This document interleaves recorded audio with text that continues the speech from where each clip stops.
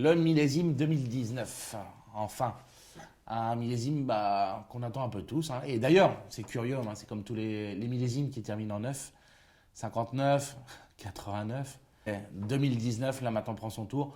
C'est un grand millésime. Là. Ouais, on peut tourner autour du pot, on peut en parler beaucoup, mais c'est vrai qu'il y a quelque chose dans ces vins qui sont nés en 2019, quelque chose d'assez ouais, particulier parce que ça arrive pas tous les ans et on va expliquer un petit peu comment en fait les circonstances en fait climatiques pour moi, à mon avis, à mon niveau, ont réussi à faire les vins qu'on va pouvoir apprécier d'ici très peu de temps. Alors, on commence déjà par un hiver qui est plutôt tendre, pas très froid. On a une petite période quand même de rafraîchissement au mois de février. Par contre, on était sous le signe de l'hiver, on va dire de la sécheresse, hein. Il n'a pas plu énormément en 2019. Au mois de mars, toujours pareil, on attend toujours les pluies de mars, pas grand-chose. Par contre, un débourrement assez précoce, parce qu'on le note le 1er avril. Et là, un premier élément de 2019 arrive, c'est que le 3 avril, on se prend un -3.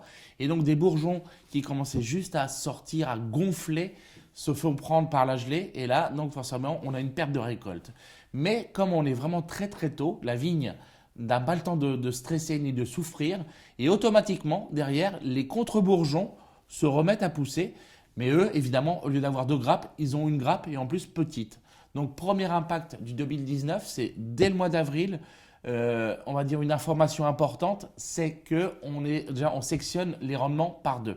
Le printemps se développe doucement, mais timidement. Il ne fait pas vraiment super chaud. C'est-à-dire qu'avril, mai, ça végète, ça commence à pousser, mais c'est pas non plus de la folie. Parce qu'il faut pas oublier qu'il fait toujours sec. Donc on sent un peu une espèce de rétention de la végétation et ça explose pas comme d'habitude parce qu'on pense plus que c'est en fait un problème de sécheresse. Arrive début juin les premières pluies et qui étaient vraiment attendues. En même temps, on commence à fleurir. Donc on va dire du 3 au 17 juin, c'est là où on note la floraison. Et à partir de là, c'est parti, ça déroule. On a de l'eau, c'est parti, la vigne est contente. Deuxième élément très important du caractère 2019, la première montée de température, la première canicule qui arrive fin juin, début juillet, où là, on monte dans les tours, on monte à 42 degrés, hein. Donc là, pour nous, c'est pas habituel dans la Loire, évidemment. Donc ça ferait bien un premier élément, on va dire, de l'été qui vient impacter là-dessus. La deuxième canicule, je pense que vous vous rappelez tous, c'était fin juillet, début août. C'est pareil, rebelote. On se reprend un coup de 42 en maxima. Et moi, j'aimerais rajouter un truc, à part les deux montées de température aussi, j'aimerais rajouter un truc qu'on connaît bien, nous, en Espagne, on apprécie bien, nous, en Espagne, et que j'ai pu constater en 2019 ici, c'est que on a eu beaucoup de soleil. On a eu un soleil qui était vraiment éclatant, une luminosité, on appelle ça, c'était vraiment très, très brillant, très net. Souvent dans la Loire, on a toujours cette petite douceur. D'ailleurs, ce qui forme la douceur de la Loire, hein, de notre climat et cette réputation, c'est justement ce qu'on a toujours un petit peu d'humidité qui nous apporte un peu cette douceur, cette caresse qu'on a sur la peau, cette sensation-là. Et là, en 2019, c'était une fois de plus, c'était beaucoup plus sec, ce qui fait que d'un point de vue lutte contre les maladies, c'était parfait, il n'y a pas d'humidité. Et après, d'un autre côté, je vous dis, ce côté intensité de lumière qu'on va retrouver finalement en fait dans la qualité du fruit, hein. C'est ça le truc. C'est comme cette impression qu'on peut avoir quand on goûte une tomate qui est mûre dans le sud de la France. On a l'impression d'avoir une richesse d'arômes hors norme. C'est un petit peu ça ce qui s'est passé dans le 2019.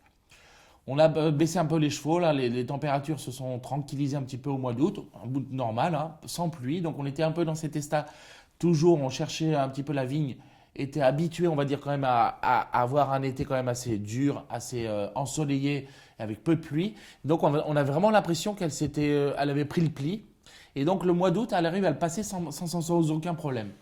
Donc malgré, on va dire, le manque de pluie. Donc ça se passe bien. Et puis là, début septembre, ce qu'on attendait finalement arrive, donc des pluies mi-septembre. Et nous, on attaque les vendanges, on va dire du 23 jusqu'au 4 octobre. Donc finalement, on rafraîchit, on termine d'arrondir et de perfectionner, on va dire, cette maturité grâce à cet apport de pluie.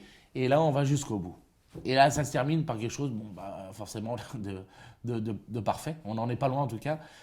Parfait, c'est peut-être pas le mot, ça serait peut-être surtout dire beaucoup d'intensité, hein. Comme j'expliquais tout à l'heure l'exemple de la tomate, on a une richesse, mais en même temps, ce qui est très important dans les 2019, c'est qu'on a un équilibre qui est vraiment insolent, c'est de la précision, c'est de la chirurgie, on va dire, suisse, quoi. C'est parfait, c'est très précis, c'est très équilibré. Et ça, c'est la magie, on va dire, des 2019. Donc, dans nos vins, on va retrouver forcément cet aspect-là. Comme je disais tout à l'heure, on a perdu aussi. Il ne faut pas oublier que grâce au petit rendement, parce qu'on termine l'année à 19 hectolitres hectares, hein, encore un 9 au passage. Et donc, c'est grâce aussi à ce petit rendement que la vigne a pu amener à terme aussi la maturité de ses raisins. Donc, dans les vins, on les a vus arriver dès le départ, juste après fermentation. On commençait à voir qu'on a un petit peu le caractère qui se profilait, des vins qui sont un petit peu fermés, un peu sur eux-mêmes.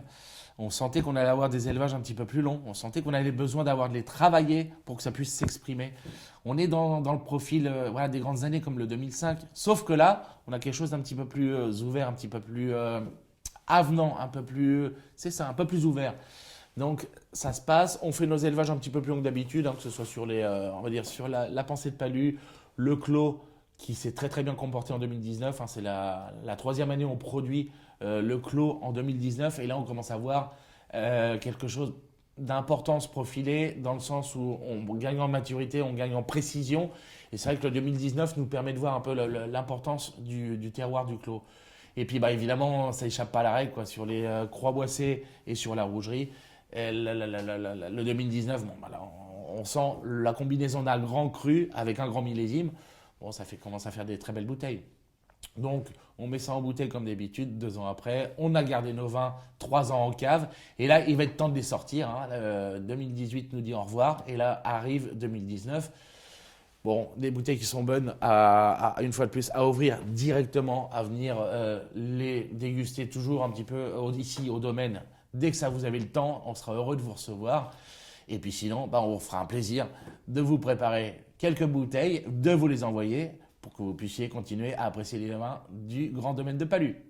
Allez, à très bientôt.